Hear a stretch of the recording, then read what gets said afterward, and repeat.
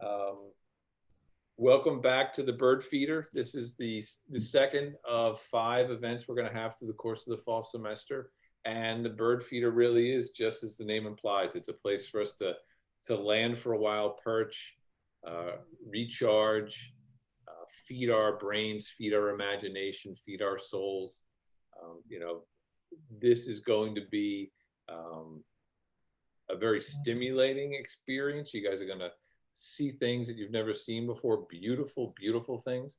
But also, this isn't a lecture, this isn't a lesson, this isn't a class. This is just it's enrichment. It's stuff that we all know and love and celebrate as members of this advertising, PR, branding community.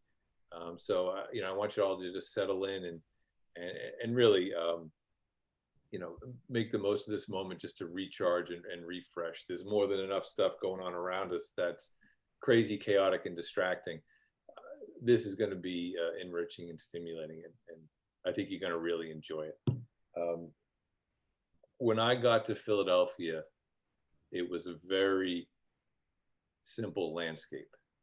There was places like Tierney and Earl Palmer Brown and the Brownstein Group. Those places were working on things like TV, radio, and out of home. And the world changed not long after.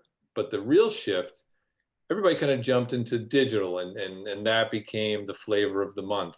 So the digital shops started to pop up, and we had Razorfish come to town and things like that, and everybody spun off their digital division. And that was sort of, the ad world will say, version 3.0.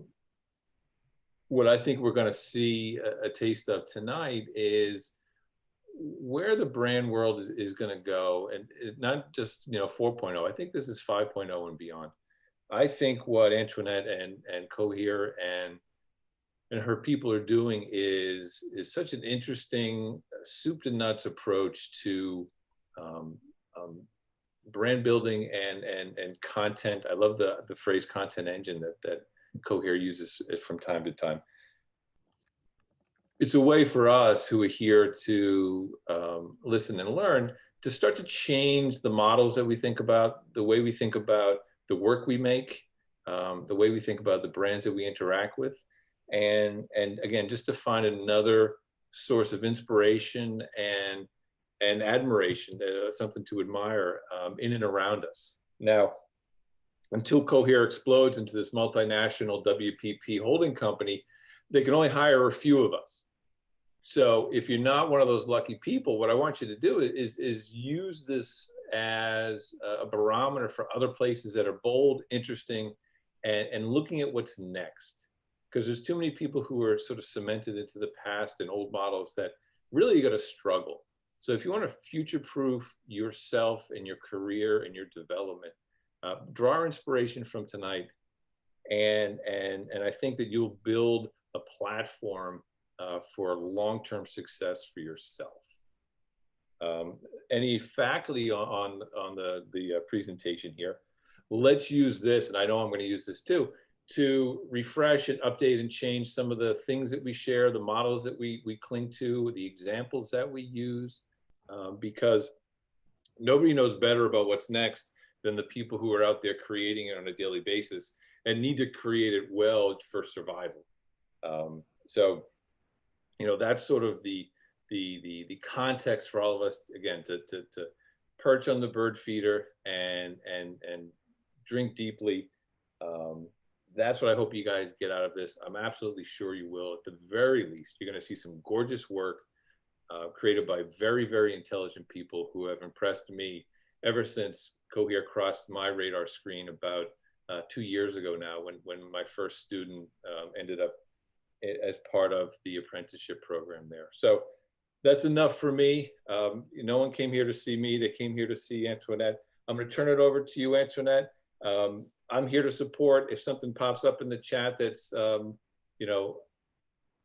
interruption worthy, I will certainly let you know. But really, the show is yours. The stage is yours. And we can't wait to hear what you have to say and show.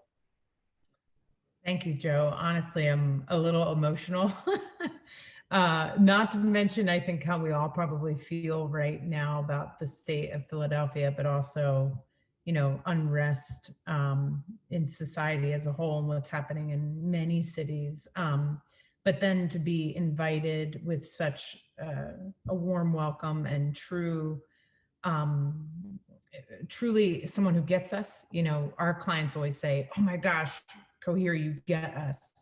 And I never fully felt accepted by the Temple advertising department, or honestly, anyone in that realm, because I was in geography and urban studies and College of Liberal Arts, and never saw myself as an agency person until a couple of years ago, when we really decided to redefine what it meant for ourselves to be agencies. So the way you just described that makes me feel understood. And I think Oprah says it best, that we're all just seeking for some proof that people really see us and hear us. Um, so thank you for doing that for me tonight. And I kind of want to start with that just if there's anything that I hope you all get out of tonight, is that agency truly is a word that, when applied to self, is about um, what action you take and what result has as a result of your action. So what's the cause and effect? And I've always thought that the word agency, from an academic perspective, and even maybe just the landscape of which we all work in terms of advertising and branding and design, that word agency has been taken and defined to mean something very specific that I never felt fully aligned or connected with.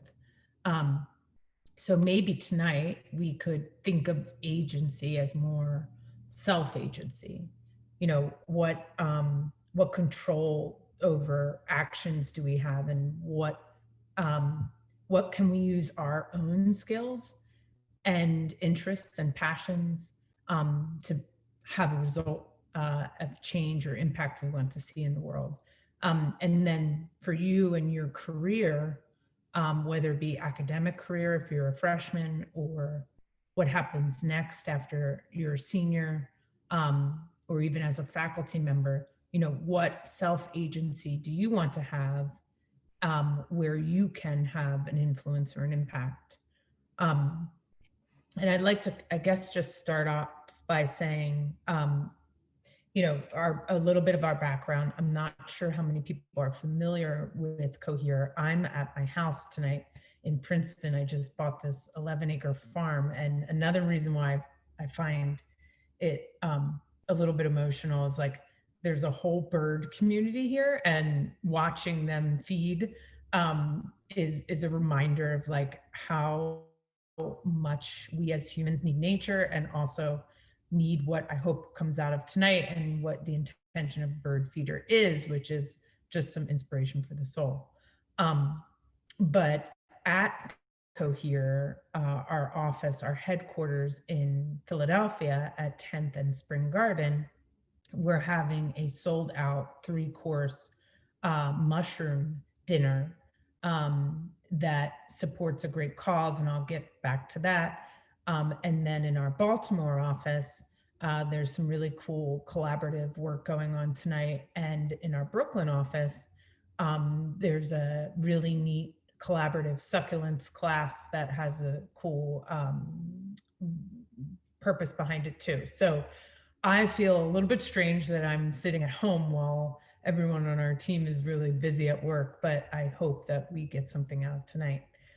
Before I get started on our background and showing some good work, I just want to invite everybody. I don't believe in one-way conversations. Even when I moderate a panel on a stage, I try to figure out a way for it to be a two-way street. So I'd like to ask that you be unafraid to interrupt me and make this a conversation for you, because your time is just as valuable as Joe's or Dawn's or myself. So we don't want you to just sit there and consume. We really want it to be two-way. So either in the chat or just go ahead and interrupt. Anything you want to know, um, I'm an open book, and that's how we do things at Cohere. Before I get started, Joe, do you want to say anything, ask anything first? No, I think I've said enough. I think it's time to hear your story. I think, you know, we spoke the other day. I think let's just dive in and show these guys the stuff that impressed me so much. Totally cool. And So I'll just echo too. Everybody, you know, feel free to unmute yourself if you could, you know, as long as you don't have a leaf blower outside like I do, or a barking dog in your lap. Yeah, let's make this a conversation about interesting work. love that. And forgive me with my shaky screen. I'm trying to get used to this. This is my first live Zoom event, coming live from Princeton. But so I'll start with my background. I was a Temple student. I grew up with a single mom, and I tell that story because I think when you grow up in a household where food and shelter and the basics bottom of Maslow's hierarchy isn't always solved for, creativity, which I think is at the top of that Maslow pyramid, is harder to justify. So I was always like an artist and a creative at heart, but my mom, being a single mother who was fighting to keep food on the table, didn't really encourage me to pursue my creative side. So going into college, I wasn't certain that I was a creative. So therefore, I didn't know what an agency was long after I graduated. And I went to Temple and found myself a little bit unsure of what my degree would be in, and really sat and listened to the core of who I am and what I would be passionate about waking up every day to do. And I found myself really interested in urban studies, urban planning, and a little bit frustrated at Temple that we were learning a lot about third world countries, but not at all about our own backyard. So I started to get involved in local Philadelphia political action groups and little things like volunteering to shovel seniors' yards or, you know, front sidewalks, and realized that my passion was in helping Philadelphia really transform into a more revitalized city, meaning, you know, I found myself super intrigued by beautiful old buildings like the Divine Lorraine, and often exploring abandoned buildings. So I tried to attach myself to anything that would help Philadelphia continue to be a place where urbanites thrived, and basically, ultimately, a long story short, made our agency later on centered around a core mission. So I'm not sure if anyone's familiar with Cohere, and I will share my screen now just to show you our current office so that you're familiar with who we are. So we define ourselves as united by a shared vision for food, place, and impact. Cohere being as a verb to overlap stakeholders around shared goals and values. And we have this great headquarters space at 10th and Spring Garden, like I said, sorry. And this amazing office, darn it, I'm trying to find it, that is the home base for our creative team. And it's in this, what was formerly abandoned building. We've become known for our core mission, which is to transform formerly abandoned space into something new again. So a lot what we basically did was put some skin in the game and found space to do this ourselves. So we own part of this building and a few other buildings in the neighborhood, which I guess would technically be North Philadelphia. It's interesting because it was a former cigar branding building, and it was all female workers. So what's interesting is our team has a lot of female leadership, and it overlooks this little space below the rail park, which is a lot like New York's High Line. The rail park has the first part of the development a little bit to the east of this. So we're underneath the section that's underdeveloped. But in that space there is the viaduct, which is the space that's having that 3-course meal tonight. And it's really where we demonstrated our placemaking ability. So this is our office across the street from that. And we host a bunch of workshops. Like this was a ladies wine and design event talking about long-term planning. And I just wanted to give you a sense of our home and our team so that you could kind of picture as I'm talking where we're located. In this neighborhood, it's a great example of adaptive reuse. Adaptive reuse is anything that was formerly abandoned or underutilized before finding new life. That's what we do best. And that tends to be a lot of real estate, restaurants, and hotels, destination marketing, essentially. Back in 2000, let's see when this article is from Philadelphia Magazine, 2017, we decided to go all in on urbanism and center all of our projects around the core mission of transforming neighborhoods.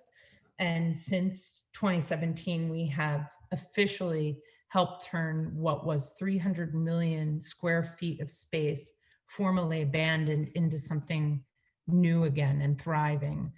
So some of those spaces you might be familiar with in Philadelphia, such as the Navy Yard, 10 Hip City Veg locations in DC and Philadelphia, all of this Scholson Collective Group restaurants, which are like Harp and Crown, Double Knot, Giuseppe and Sons, and then a bunch of other projects in Baltimore, LA, New York. We ended up opening up our New York office as a result of centering around this mission and being invited by an amazing brand called Butcher's Daughter. I like to show, forgive me if it seems silly, but I like to show Instagram accounts of what we do because it's kind of like the main place that community can thrive after you've really built a brand. And the Butcher's Daughter, I'm super proud of the fact that we helped them build 135,000 followers and open 5 locations. And the thing that's neat about this is it's not just a restaurant, it's also a market, and they sell merchandise, they sell juice, bouquets, and of course it's a restaurant. And most recently, we were supportive in helping turn an abandoned lot on Abbot Kinney in LA. If you haven't been to Abbot Kinney, it's a great place to get inspired for this type of work, for their outdoor restaurant. And it's a true lifestyle brand. Like we do recipes and influencer events, and it's just been a thrill to take what we've done so well in Philadelphia and then replicate it in LA and New York. And I think why Joe has been excited about us is most recently we have declared that we don't want to call ourselves an agency anymore, that we really believe that traditional agency models are on the out, and that is true. We since have decided to call ourselves a content engine, and I'm looking for apologies.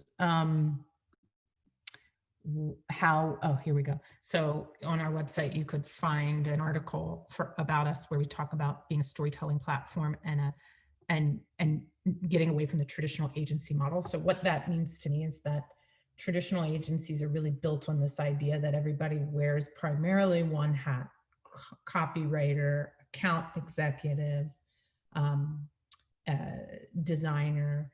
And I've always believed that people truly should be able to juggle a few of those skill sets. I'm sure a lot of you have made your own websites. I got into this because urban planning ended up being, a little bit too long of a process. I could never imagine myself being on a project for 10 years and never seeing it come to fruition. And I worked for the Delaware Regional Planning Commission and some other really cool projects, but I needed to see faster results, like smaller wins and experiments turning into something. And I realized that what really got me excited at the end of the day was seeing a project come to fruition, and especially when it had to do with the built environment, like a restaurant or a hotel. And so I taught myself logos design and website design. And I pitched myself to real estate developers in Philadelphia during the recession. And that was when our business started to thrive. And basically, I've always built a team around the idea that you should know how to do almost all of it. How do you tell a good story with visuals and words, and build a place for people to come and join in and build community from that story? And basically, we're really honing in on the fact that we're non-traditional and that we're impact driven. So this year we launched an impact report to talk about like measurable ways that we're doing it differently. So that 300 square feet of space that we transformed that was formerly abandoned before, coming up with other key performance metrics that show how we're making an impact, how our clients are making an impact. For example, 3 weeks ago, we held an event with Patagonia Provisions where 3,100 people logged into the digital event, and it was an 8-hour event. And there was a bunch of neat statistics about who was logging in from what country, and then what the action items were after that, all centered around sustainable development goals. So there is a lot to report on impact, and I predict that we'll be driven by impact far more often. So I think what's scary to me is like Cohere can be a lot of things, and that can be really confusing to people. And at the end of the day, people expect what they see as a agency. And I'm trying to find like the best example of an agency work of ours. They expect to see like our work to look a lot like what a typical agency is. So we're taking a little bit of a leap and doing it differently. And it's a little bit scary in that regard, because how do people understand it is the risk we're taking. So I'm trying to pull up some examples of work.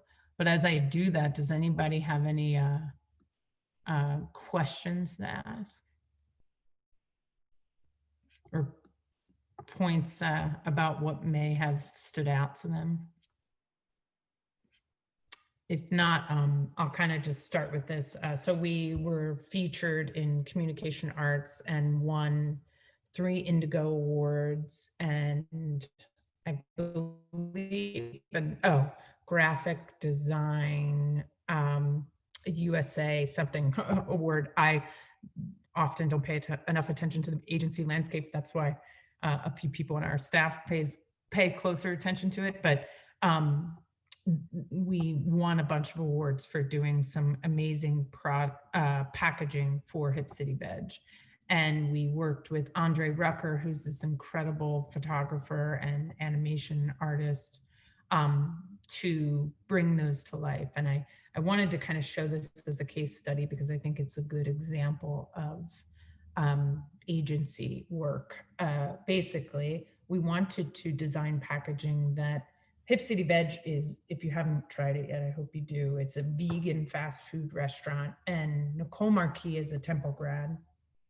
And she came to me 5 or 6 years ago with an idea. And we decided to work with Mike Smith, a great designer locally, on a logo and a name.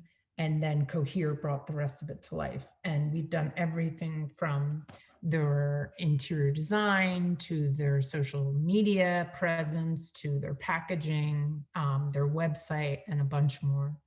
And what differentiates Hip City Veg from, let's say, Sweet Green or Chipotle is that it is all vegan fast food. So it's your typical food that you would go to McDonald's or Burger King for, such as these delicious golden nuggets, but it's all plant-based. And what we thought was really important with the packaging was that it felt nostalgic, like your parents used to take you to McDonald's to have a family meal. That's the kind of vibe we wanted you to feel when you ate delicious sweet potato fries. So the always better together is a symbol of like a smile, and it's sort of nodding to better with a dip or ketchup or better with the nuggets themselves. We applied like just really sweet language about you struck gold and being the best version of yourself through eating plant-based, and then came up with really fun interactive content, like a golden hour where there was a specific like promotion for nuggets and games. We even had the bucket be something that kids could color in and design at one point. And then I just really wanted to highlight other brands. DK Sushi is a spinoff of Double Knot, and it's a great example of thinking outside of the box and applying it to something that would be an everyday thing like takeout food. And these ended up, getting noticed nationally, which is helping us get on a stage, I think, that's beyond just Philadelphia and Baltimore and New York, but also some of that LA work, which has been fun and interesting. It's, I always say that Philadelphians really don't care about so much Philly. They don't care to cheerlead you on until you get national attention. And I think that's true. And I would like for that to change, but for now, we're really honing in on the micro gatherings in the community we can bring together at the Viaduct. And I think that brings me to the Viaduct, just showing you some fun things, because this is actually a really action-oriented thing that you could get involved in with us. We don't have a ton of actual followers here, but we do have a lot of people who join. And so every Saturday we have yoga, and this Saturday, for example, there's some tarot card readings after, and it's been this great space to do safe outdoor gatherings. So we designed it, and we designed it to feel like it's always been there, and it's just like kind of a hug. This flower bed right here is in the shape of a heart. It's across the street from Love City Brewery, you might be familiar with. They're actually Temple grads too, which is really cool. This Saturday night, we're having this amazing disco 70s party where everyone will be masked up, but masks like the original masks, and celebrating some cool local bands. And it's just been fun. Yesterday we had a succulent pop-up, and it was poetry and painting pumpkins. And our intention is just to build really thoughtful community. Again, what Cohere stands for, which is bringing people together where they align on shared values. So you can see, like, this is just our October schedule, and it's been really incredible. Making handmade beeswax wraps with ladies wine and design, vintage shops, yoga again, of course, and secret garden dinners like tonight's, and the sound meditation artist was amazing, Luna May.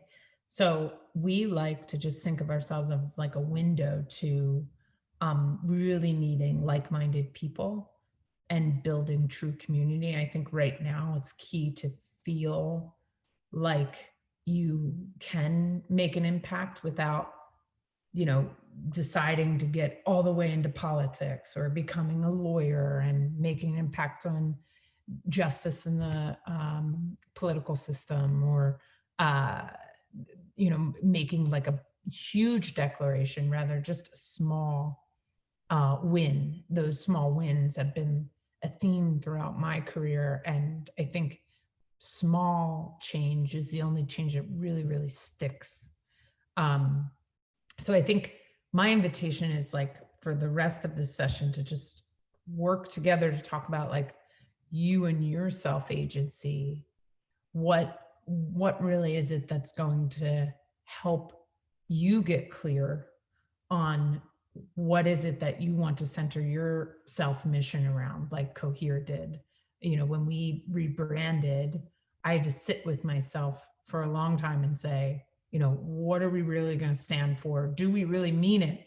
And are we going to be able to stick to that for a while? Because there's nothing worse than making a public declaration and then not fulfilling it. So, you know, my a key thing I say is that branding is the true art of helping a person, place, or project reach its full potential. So if I'm doing my job at all on this Zoom call or as a boss, it's to truly help someone reach their full potential. So I'd like to, if you guys don't mind, just like pick on a few people and ask. I see some people are possibly unmuted.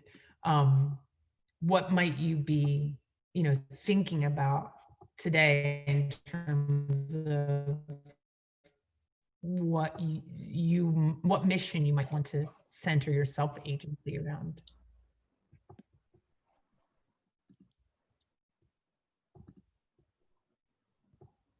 Jocelyn, do you care if I pick on you and ask that question?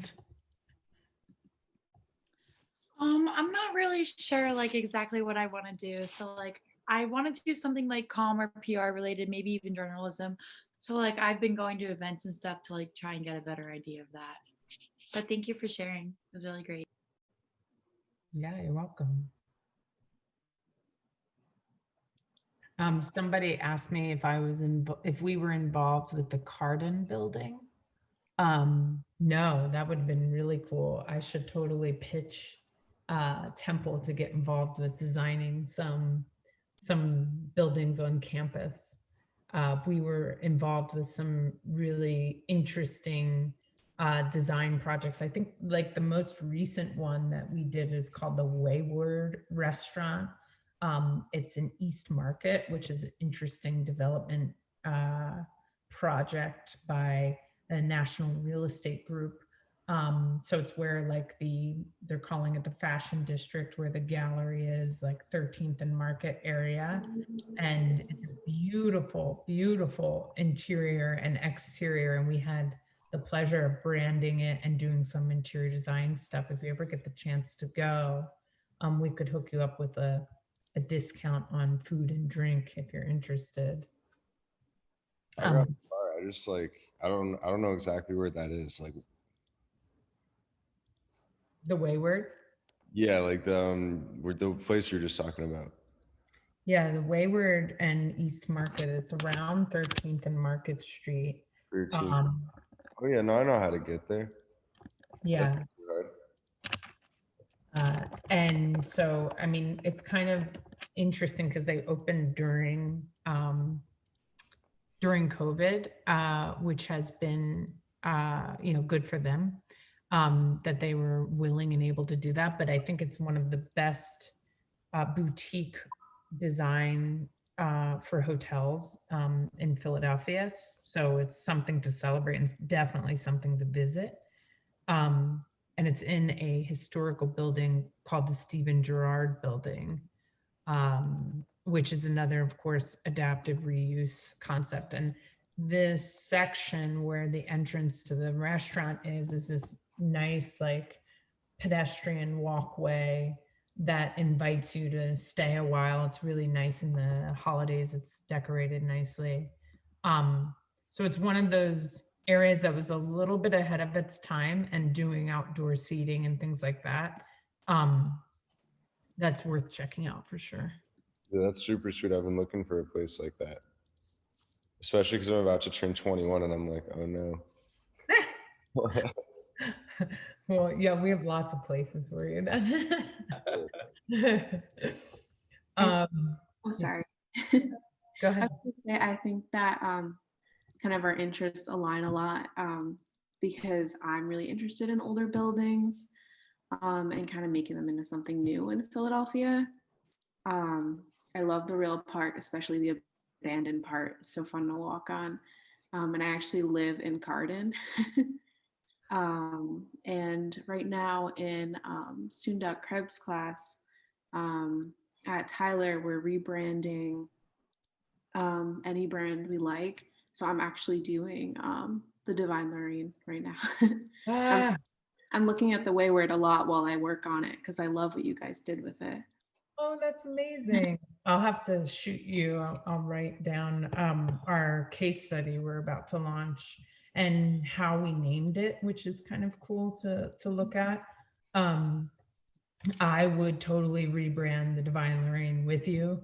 I think that unfortunately that was done by another local agency and it just reads as a little bit cheesy and corporate, and it's not right for that epic, iconic building.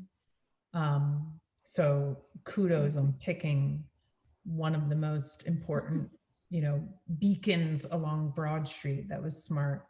It's really fun.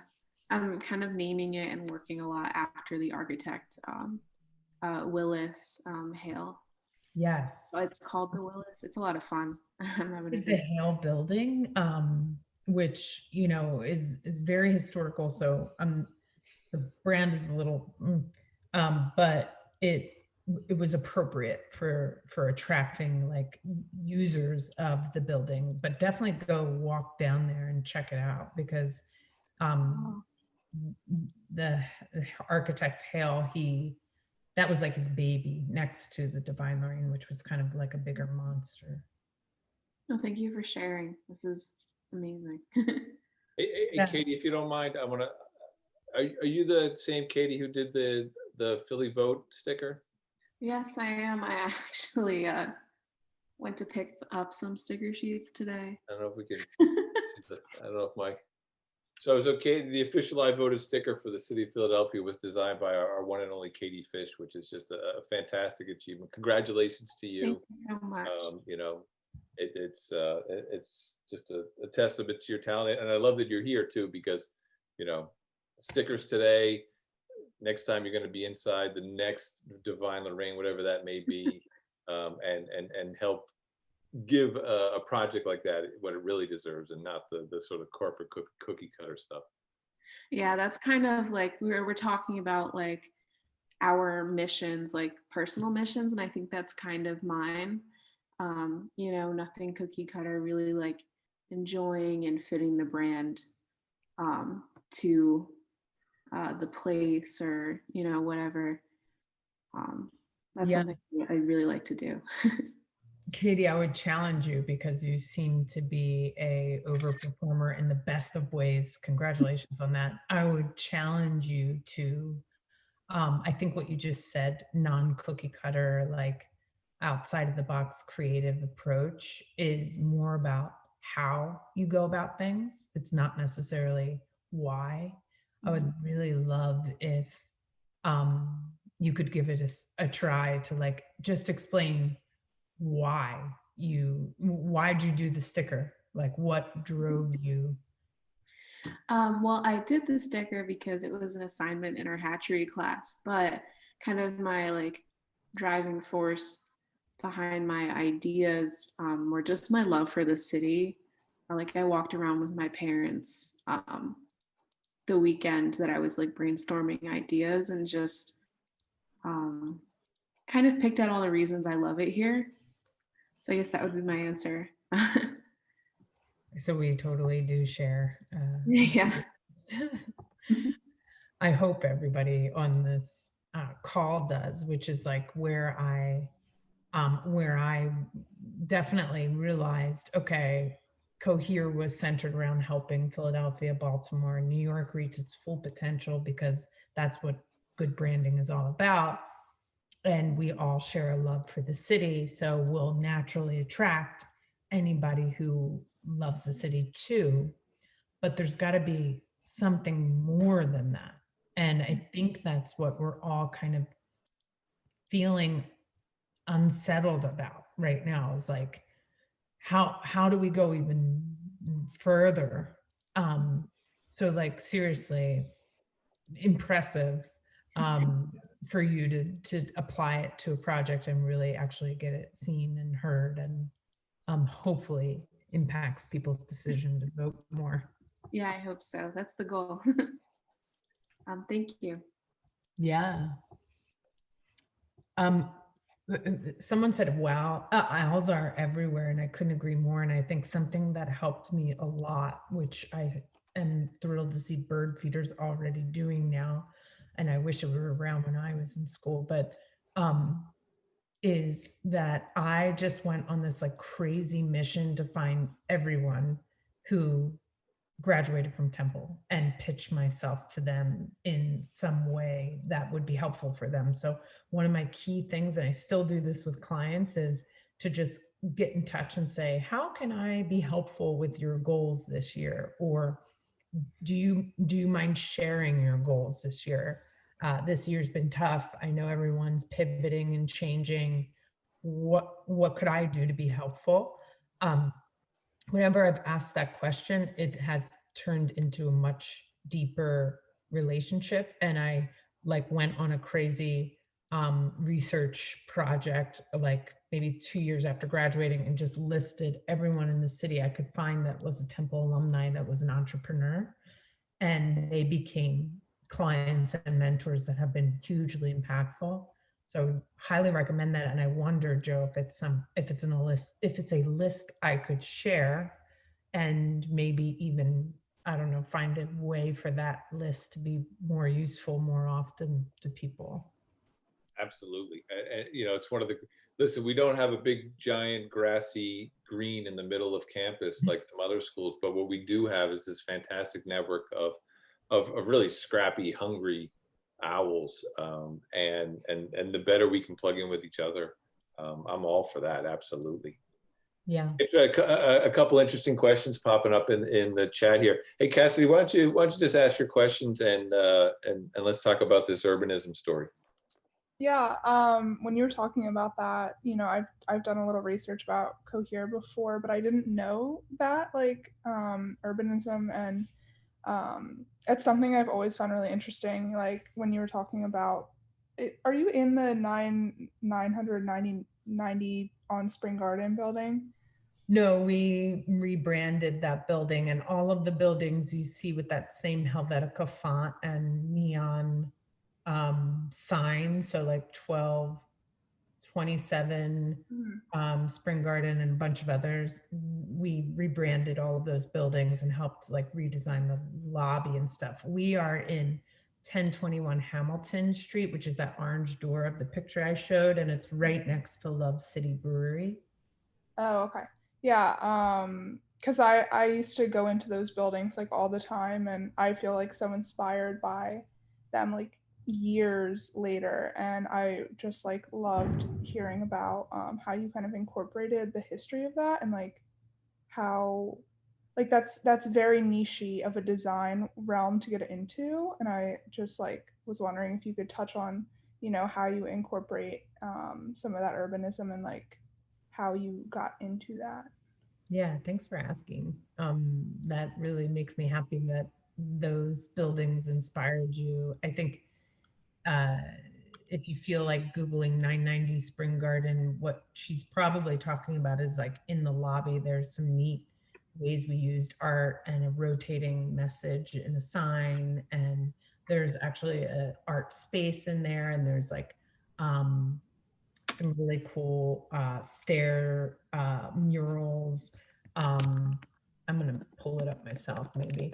And also we really had a hand in branding the entire neighborhood. And I really use that term branding a neighborhood with a like almost an eye rolling approach to my own words, because you really can't brand a neighborhood. A neighborhood is what it wants to be, and it will authentically find its own identity through the residents, the visitors, the use, the business owners. But this neighborhood in particular, Spring Arts, is what we call a donut hole. So it's like Poplar and Girard and Broad Street and Spring Garden, or let's say maybe Market. And there's this donut hole that was really underdeveloped. It was the Loft District, north of Chinatown, Callow Hill. It really didn't have an identity, and everything around it was built up, but Spring Arts. So one of our clients, who's now my partner, Craig Grossman, came to us and said, I want to invest in this neighborhood, and I want to take 990 and other buildings and transform them. How can we do that differently? So we incorporated art as a key component. So there's mural arts all over that neighborhood. Steve Powers, who's a really well-known mural artist, Obey, a bunch of neat external 3-dimensional and 2-dimensional art.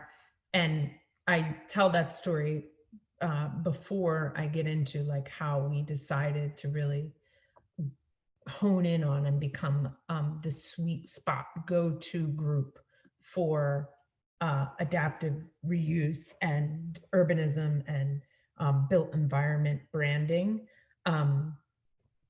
because I think it's an important example of some of our best all-encompassing work. The neighborhood, the viaduct under the rail park, the beginning of the rail park transformation. She's totally right that exploring the undeveloped rail park is definitely the cooler place to go. Just don't go at night, because you might fall through the cracks and end up at the viaduct and we won't know what to do with you. But I have a model that's based on Malcolm Gladwell's Outliers book, which is a great book to read. And when he talks about how you can become like the go-to expert in your field by, this is the Venn diagram that I always use, and it's even our little favicon on the top of our website and our kind of secondary mark that we use. But he talks about the 10,000 hour rule, that you will be the go-to expert in the violin or graphic design if you spend 10,000 hours perfecting it or practicing it. And 10,000 hours tends to be about 8 to 10 years of work. And I think that you can become that go-to sweet spot group or person if you combine 5,000 hours in 2 different totally random areas of expertise. So for me, it was branding and then urbanism. So branding, real estate, branding, logo design, typography, website design, content, storytelling, and then real estate, urban planning, how the built environment impacts neighborhood development, commercial corridor or revitalization, small businesses, and how, for instance, food becomes a core anchor to any good neighborhood. Those 2 seemingly separate things, when overlapped, made us the absolute go-to sweet spot group on a national scale. And I knew we would get there if we honed in on what we really believed in and loved. And it took some years of like really thinking about, what do I love the most? What do I like the most? And practice. I mean, we did a bunch of projects for pharmaceutical brands that we were like, oh, we are never doing that again.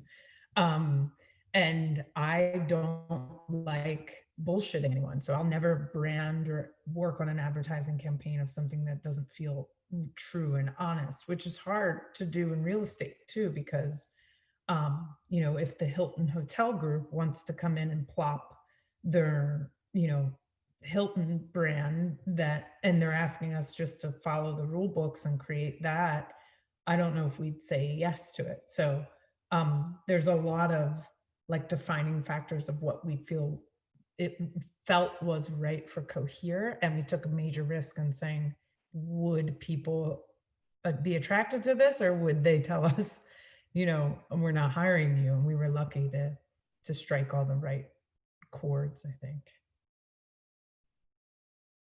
But that Venn diagram exercise is super helpful whenever deciding upon, like, just even right now, you could probably say, what were the things I liked about my latest jobs or internships or classes, and throw them all on one bucket. And it helps you like filter out the other ones that maybe weren't your favorite. That was awesome. Thank you. That was really insightful. That's and great. that neighborhood, it's really incredible. Yeah, well, please come to the Viaduct events, even though I think we have fire pits and stuff, so outdoor will be cool for a while, but we have something fun coming down the line that is indoor too, but safely. I hope everybody's working their Instagram during this, because these accounts are thrown out. And Antoinette, I love your approach. No, I don't think there's any platform right now that's more revealing than Instagram. In 9 squares, you can figure out somebody's story pretty quickly. To the point where when I do the portfolio class with our advertising students, I say, if you don't have a website, just throw it up on Instagram. So Victoria's got an interesting question about the buildings. Victoria, you want to hop in and ask that question? Yeah, so I have to leave at 6:30, so I don't want to keep you too long with this question. But I was wondering if like Cohere chooses the buildings that you choose to like put these like businesses and these brands in, just because you talk a lot about community and how like these neighborhoods have their own kind of like personalities that the residents kind of gives them. So I was wondering if Cohere does choose the buildings, does Cohere kind of have like a conscience, like in relation to like gentrification and kind of like choosing these locations that will not kind of disrupt the authenticity of the neighborhoods that you're planning to like move into and like start like businesses and everything? Yeah, damn, that was a 2-pronged question. Good one. I'll move quickly because I know you have to go. It's super insightful. Honestly, it was the question that was keeping me up at night a couple of years ago, where I just had a hunch that we would maybe start to, especially in Philadelphia, run out of, let's say, clients who wanted to authentically develop real estate. And I don't think that was the right thing that was keeping me up at night, but I still had an intuition that we needed to have a bigger say and a bigger stake in things. So we started with this row home I'm showing you now, which I lived in while we were redeveloping it, and we applied our Cohere design principles to it, such as using all local makers and telling our own good story about things. And these I don't think there's, oh yeah, the kitchen cabinets were made from this awesome wood maker at Bach. These stools were made from this designer we work with, and just a lot of interesting little tidbits that we took. This artist is someone in the Spring Arts neighborhood, and we applied it to our first property that we renovated and sold. Had 4 offers in 2 days and sold it for $40,000 over our asking price. And that has been the third property we did that to. And now we're redeveloping 601 Spring Garden, which is a former nightclub called Trilogy. And so we've become our own client developing real estate, which is a lot like, maybe I explain it like Quaker City Mercantile that created their own spirit brands, or even Urban Outfitters, although they're huge and billion-dollar company, developing their own brands within brands like Urban Outfitters, Anthropology, Free People, and then brands inside those, like the brands of clothing that you buy from them. So, so that was a super insightful question, and we have started to develop our own real estate. But when our clients come to us, they typically have a project in mind, they have a budget in mind, and they work with us to make sure that we're maintaining authentically what the story of the building was prior.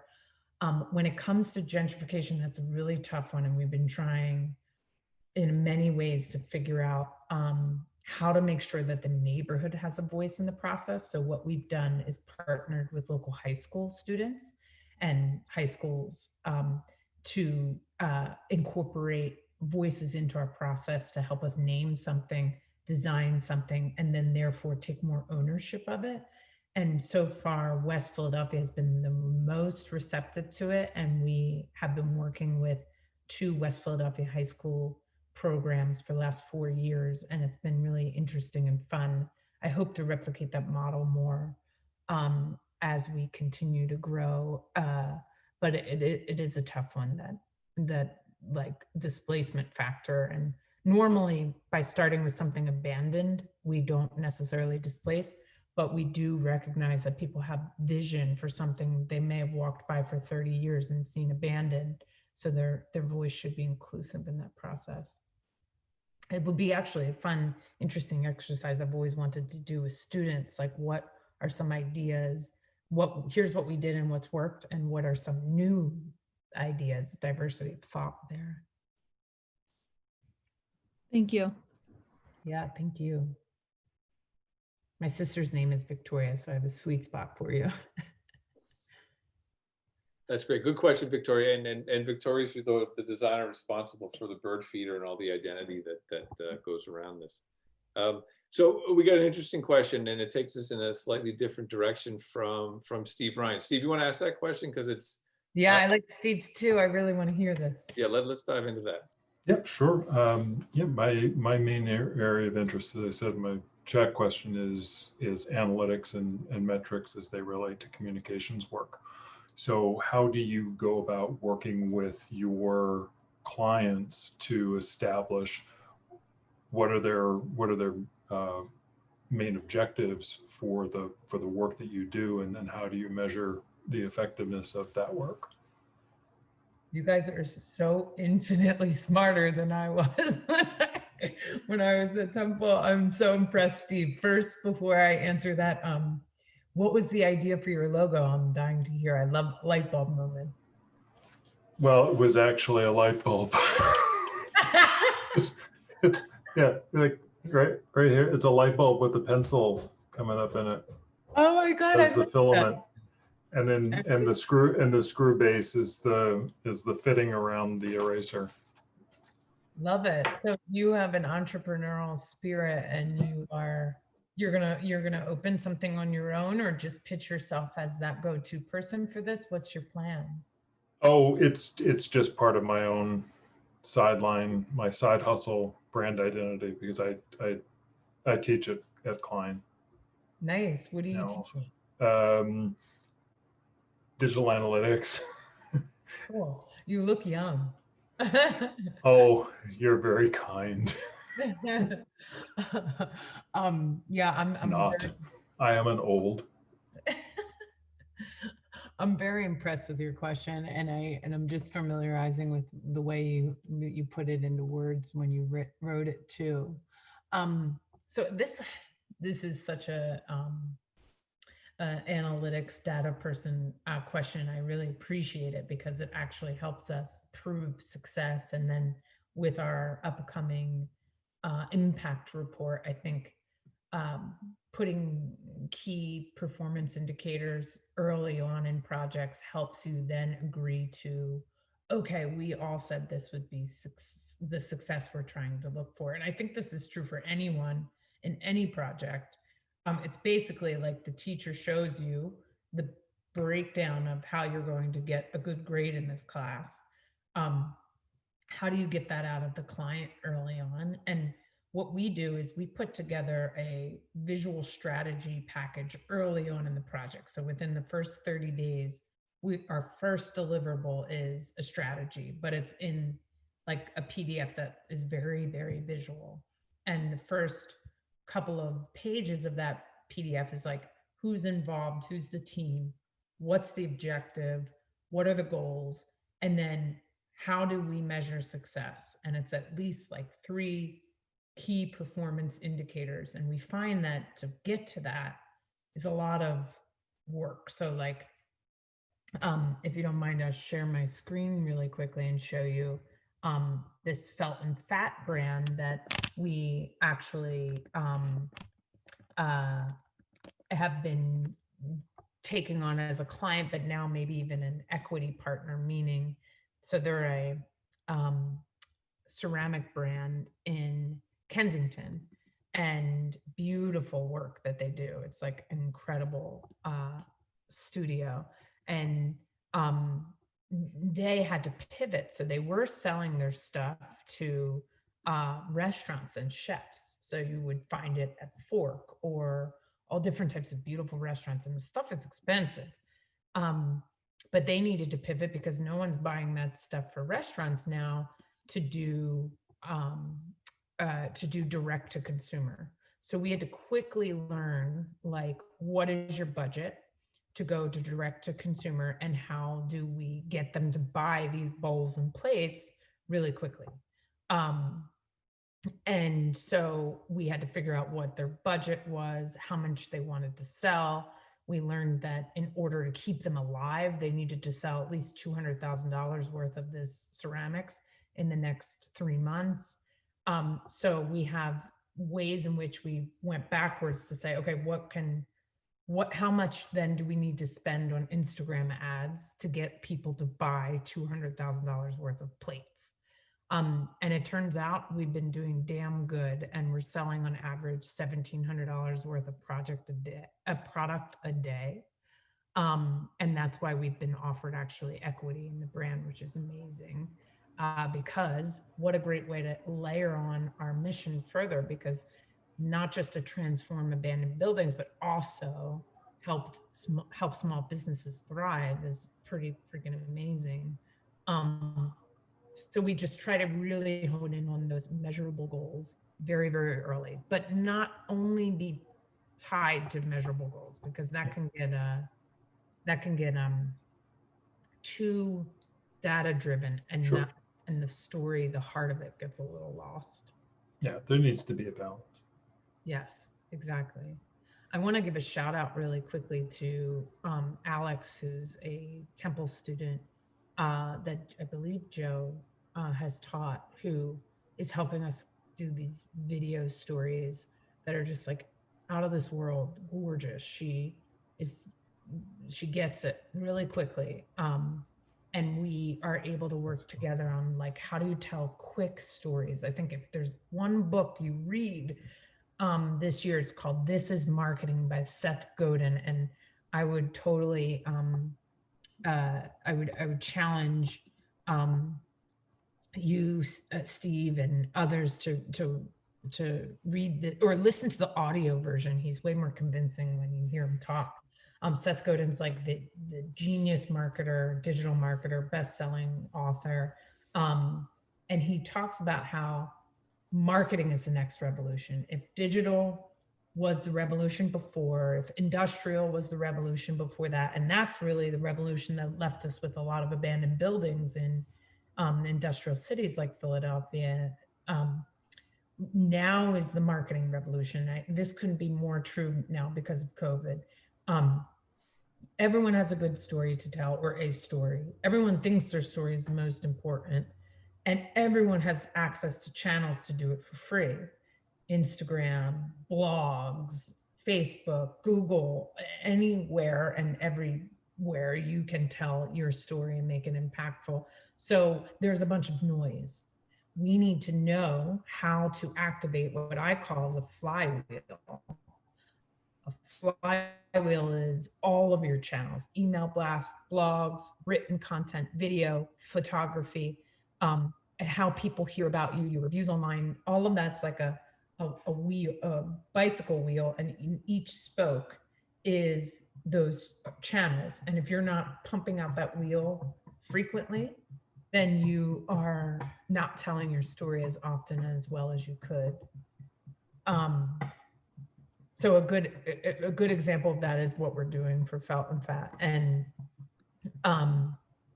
I think it will make you more successful by listening to how to be a part of this marketing revolution, to do it better for your own brand or any brand that you latch on to. And everyone's a marketer. In terms of consumer facing stuff, how much of Felt and Fat was there? How much came from you guys? And also give us sort of a quick look at the content strategy and how you decided to tell that broader story. Yeah, cool.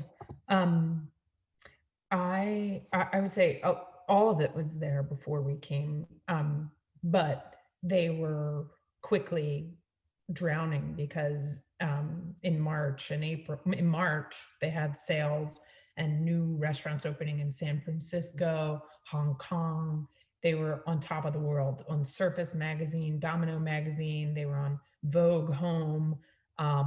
They were a little bit full of themselves. And then April, May, boom, no restaurants opening, people not paying their invoices. He was looking at like negative $30,000 a month and having to let people go. And I reached out to him and asked if I could buy some plates for our new Viaduct shop. And he himself, the founder, delivered it to me with a mask and said, like, I've known Cohere. I never really knew if I would need you or not, but I feel like we need to talk. And we quickly said, okay, what's going to get you from negative 30 a month to above water? How do we figure out a way to tell some good stories? And we basically just made like 10 great Instagram ads. I could pull up a few to show you just to give you a feel for how we approach like a content marketing strategy like that. But basically they were just like, how do you show the consumer using the brand in a far more fun manner, and do it around some products that people could wrap their heads around and click through and purchase really quickly. And those like 5 videos and ads became things that worked well, and helped us sell the products, which has been great. I was going to pull up some GIFs and things and show you guys real quick.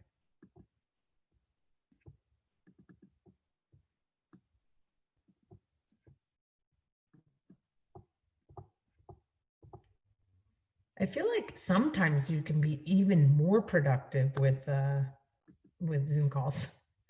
Well, I agree completely. You can pull stuff up. You can, just something that comes to mind, you can grab it. I'm sure everyone in the call is grabbing stuff all along the way. I agree. So this is like a little ring bowl. This process is called confetti. This where it's like splattered, and it's an 8-hour process of handmade ceramics, and it's really amazing. And we wanted to show it in a fun manner. So this was like a GIF, and we targeted this to young teenage and 20-something girls who are looking for a place to store their rings. This was like a stop motion ad of all the products with the confetti applied to it, which was fun. And we really leaned into fun. We said, like, how do you celebrate routines? Because it reminds me of like a birthday cake.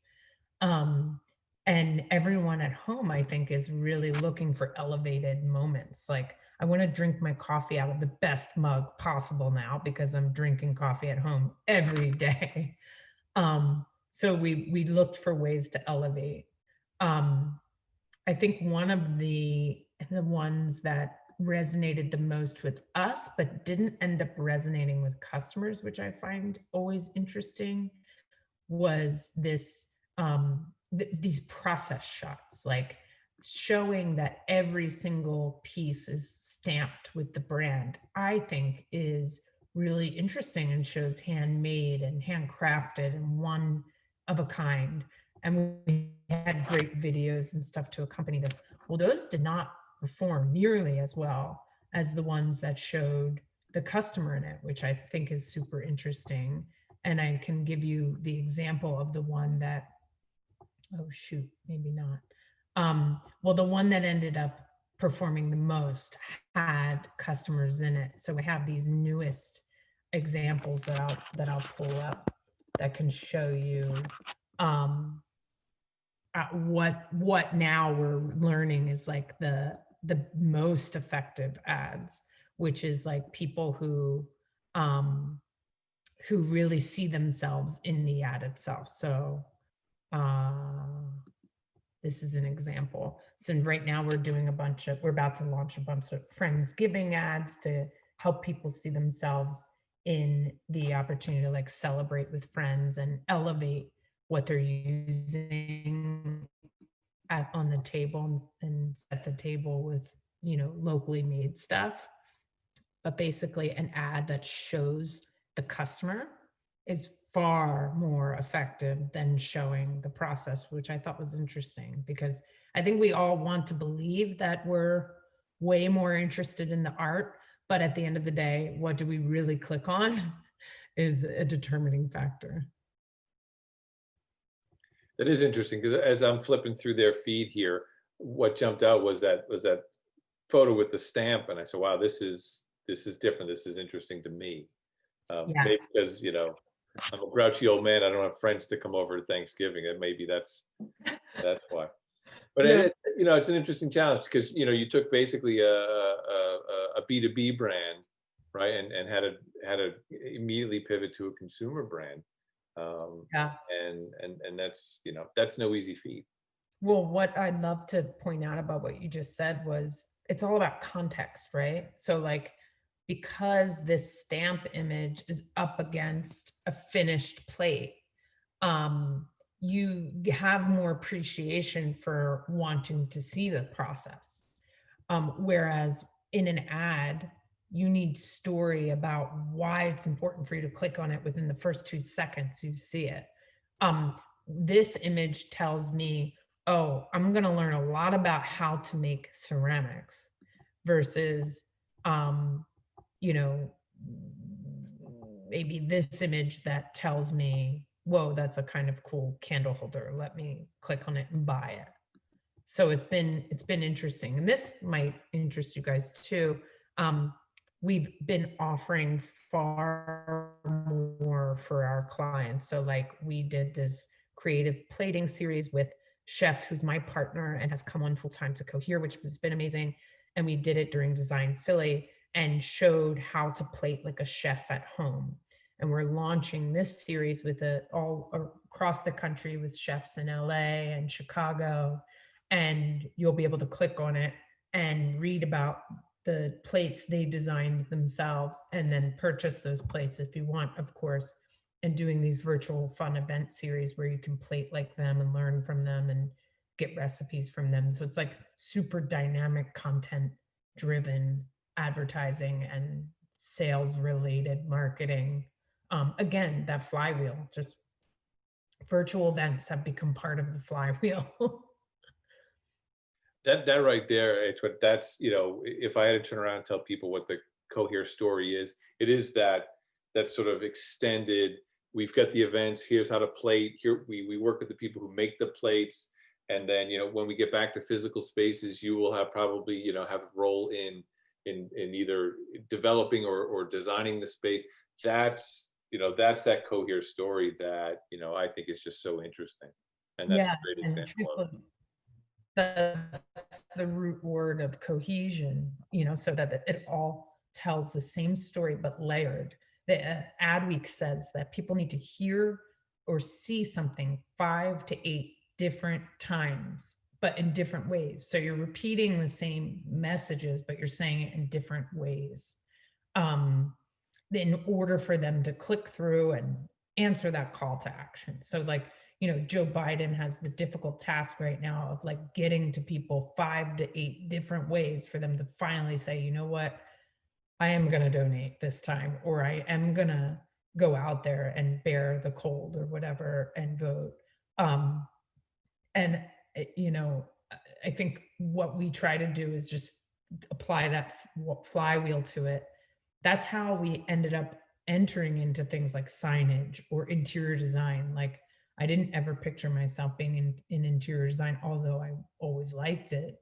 I think what would be neat for everyone on the call to think about is like, when you think about that self-agency factor and maybe emulating what we did well, which was that, honing in on one mission, one message, the Venn diagram and the sweet spot. How are you going to be that go-to person, that national list of like, they're the best for this? Then asking yourselves, how could I tell that story about myself in that flywheel more often? So how can I attend these certain events, talk to these certain people, put an email signature that says something consistent, change my Facebook background header to hone in on what I'm really good at or what I want to be really good at. Part of this is faking it till you make it too, because like even Felt and Fat, they didn't know how to ship directly to consumers when we started advertising directly to consumers. So right now we just got about 3 or 4 minutes left. Let me just open it up to anybody who's got a final question for us, and if not, we'll just ask you for some parting wisdom. So Peanut Gallery, anybody who's got a final question that they'd like to toss out? Joe, thanks for putting that link to This Is Marketing. I appreciate that. Yeah, and that's my local bookstore. Nice. Amazon doesn't need any help, so if you do want to get it, go to your local bookstore and don't use audible.com. That's Amazon too. Help out the little guy. That's how we're all going to get through this. So amen. I would honestly echo that. Like, we're about to launch our own campaign around shop local. Like, please know what that means, because a lot of people are trying to make themselves look local. I call it local washing now, like greenwashing. Yeah. I guess I have a question for Katie, Alexis, Camilla, whoever's left on the call, Juliana, Alex. If I can be helpful to you in any way, shape, or form in your next like season ahead, what could Cohere or me do for you? Sorry, go ahead, Alexis. Oh, I just wanted to say that just hearing your story and learning more about Cohere was very inspiring, just because I'm in advertising account management, and I sometimes don't want to feel confined to just account management, and especially where there's spaces that allow like their employees to not just work there and do that, but also evolve and grow while making a conscious effort to help like the environment that they're in now. When I first came to Temple, I never been to Philly before, and I was kind of coming to the Temple with this notion that it was just going to be like so bad, or it was just going to be rambunctious, but I really love the city vibe and like the Philly culture. So knowing that you want to help re-infrastructure buildings without, and keeping in mind like gentrification and the voices of the community members, is just something that interesting to me, because I like aligning myself in something that's going to be inclusive and actually work for people now with quicker results, because I'm kind of the same, where I would like to see the progress while I'm doing it. So just thinking about like different avenues that my degree would be able to work in is very interesting, because I also like real estate as well. So just knowing that there are people out there already doing things that combine it all together is dope. Yeah. Yeah, thank you. The highest compliment, dope. I honestly, shameless plug, I would ask if you're willing to apply. We have an open position for an accounts internship, and it's paid because you fit the bill in so many aspects, particularly in a Philly location. We have two, one in Baltimore and one in Philly right now, but in Philly, the viaduct we dedicated to only women-owned and Black-owned organizations. So we have these incredible women who have really awesome brands. So we're trying to hone in on that so we can see our own impact in small ways. And it's been beautiful, honestly. And so I would love to share that with you, number one, but also the accounts intern is being asked to own some of that impact and measuring it and reporting back on it and growing it with me. So selfishly, if you don't mind like taking a look at our careers page, that would be awesome. Yeah, definitely. Thank you so much for notifying me of that. Yeah, that sounds awesome. Yeah, and even if you're not up in the internship, just at least maybe like, I don't know, working together on one small project or something could be cool. Yes, that will definitely be interesting. I don't know if you have it on your website or like an email or anything to contact you, or your LinkedIn possibly. Yeah, it's on our careers page on our about page. But please feel free to follow up with me, and I'll ask Joe for your contact info too. Yeah, Alexis and I are working together now. She's one of the account executives in the student-run agency. So she's doing real account work now, even as a student. Oh, neat. And she's doing a great job. That's great. I love the accounts focus, but interest in other. I think it's super key. Thanks for the shout out, Professor. Yeah, hey, Joe. you earned it, right? You did two things. One, you've been doing great in Diamond Edge, which is the student agency, and you showed up tonight. And you know, we're going to wrap up right here. Antoinette, I want to thank you for a fantastic night. I could stay all night if I could, but the miners, you know, fair is coming, and I'm sure you got to have some dinner or something, or you got to check in with the viaduct and see how their event went. Yeah. And really, to know that you had so much going on in the Cohere universe tonight, and you still came to talk to our students, that says so much to me, right? Actions confirm priorities, and clearly your actions tonight showed me that Temple was a priority. And I forget my other point. Oh, here it is for the students. If you've ever dealt with me in any extended period of time, you've heard this, and I'll say it again and again and again.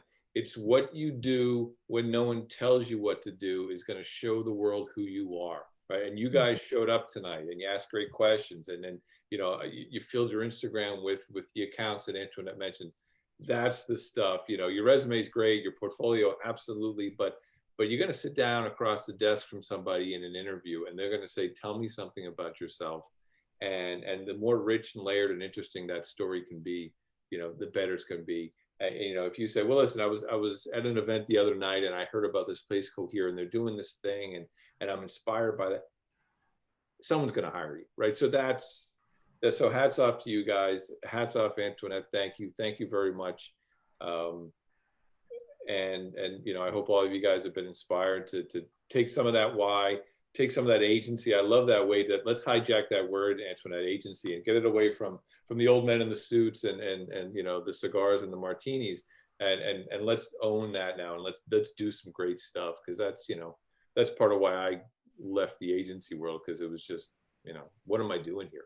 Let me make something meaningful, and I can't make something like a building or an event, but I can hopefully mold the minds of some of these young people. Yeah, Joe, honestly, I have only encountered your emails and then a brief call and tonight, but I can tell that you have had the foresight of one, an experienced career, but you've been for a long time seeing way ahead of the curve, and you're trying to bridge the delta of that curve for Temple and your students. And the effort is not lost for one moment. In fact, I'm motivated to say, how can we be helpful to you? Seriously. I believe the future, like I told you, is feminine, not female, but feminine. And you demonstrate all those qualities, like really paying close attention, not leading with ego, being compassionate and thoughtful, and really guiding students. And I see students shaking their heads, yes. So thank you truly from the bottom of my heart. And I thank you on their behalf. Well, it's my pleasure. I do it for for all these kids and everyone. So a Zoom round of applause. It's talk about the most let down thing, but it's all we got. Students, thank you for coming. Dawn, thank you for helping make sure that the wheels didn't fall off this operation. Antoinette, we'll absolutely stay in touch, and and as opportunities come up, if you and Alexis can't link up, I can facilitate that on my end, and anybody else too. So Alex, thanks for coming back. Katie, fantastic design work. Everybody else who's here, again, thank you very much. Hopefully our paths will cross in the future, and let's go do something meaningful tomorrow. Love it. All right, good night, everybody. Have a good night.